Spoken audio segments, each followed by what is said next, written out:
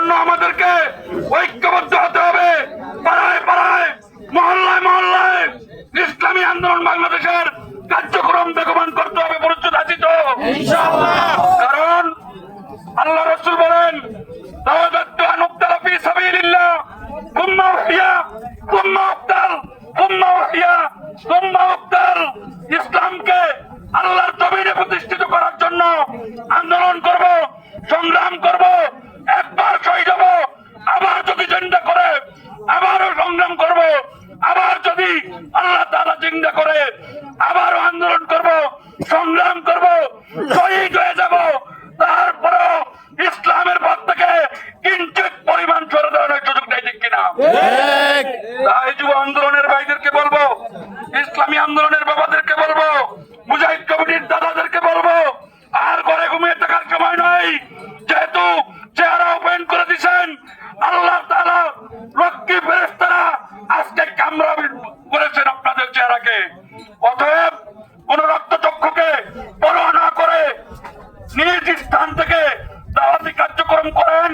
ইনশাআল্লাহ বাংলাদেশের মানুষ যে যেই দল করুক ইসলাম প্রিয়, ঠিক কিনা? বাংলাদেশের মানুষ আলেম ওলামা প্রিয়, বাংলাদেশের মানুষ পীর প্রিয়। এই উপমহাদেশে পীর সাহেবদের মাধ্যমে ইসলাম আসছে, ভবিষ্যতে পিওর ইসলাম পীর সাহেবদের মাধ্যমে এই বাংলার জমিনে কায়েম হবে, ঠিক কিনা? আপনারা সকলেই জানেন এই পৃথিবী চারজন ছিলেন, দুইজন কাফের, দুইজন মুসলমান। দুইজন কাফেরের মধ্যে একজন হচ্ছে কুখ্যাত নমরুদ, আরেকজন হচ্ছে মুক্তানসার।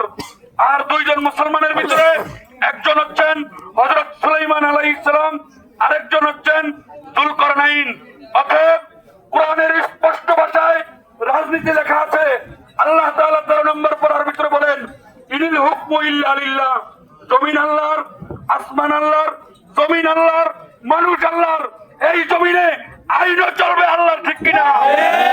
কোরআনের অন্যত্রে বলা হয়েছে, তোমরা যদি আল্লাহর আইন দিয়ে নিজের জীবন, পারিবারিক জীবন, ব্যক্তি জীবন, সামাজিক জীবন, রাষ্ট্রীয় জীবনে ইসলাম প্রতিষ্ঠা না করো, আল্লাহ বলেন ফাউলাইকা হুমুল ফাসিকুন। নাউযুবিল্লাহ, তারা হচ্ছে ফাসিক। অন্য জায়গায় আল্লাহ বলেন ওয়ামান লাম ইয়াহকুম বিমা আনজালাল্লাহু ফাউলাইকা হুমুল কাফিরুন। তোমরা যদি আল্লাহর দেওয়া আইন দিয়ে ব্যক্তি জীবন, পারিবারিক জীবন, সামাজিক জীবন, রাষ্ট্রীয় জীবন বাস্তবায়ন না করো, তাহলে নাউযুবিল্লাহ তোমরা হচ্ছে কাফের। অন্য জায়গায় আল্লাহ বলেন ফাউলাইকা হুমুজ জালিমুন, তোমরা হচ্ছে জালেম। আমরা কি ফাসিক হতে চাই? আমরা কি জালেম হতে চাই?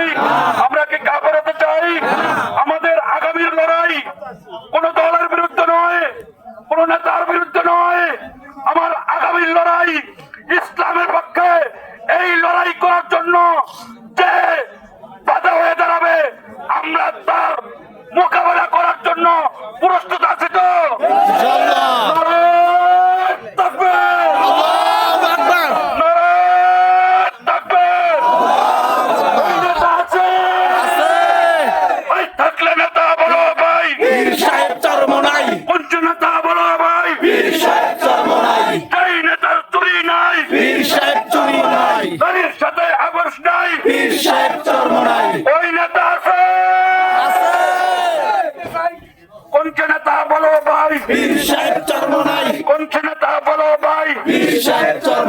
আগামীকালকের সমাবেশ সমাবেশ সফল হোক, কবল হোক। ইসলামী আন্দোলনের সমাবেশ।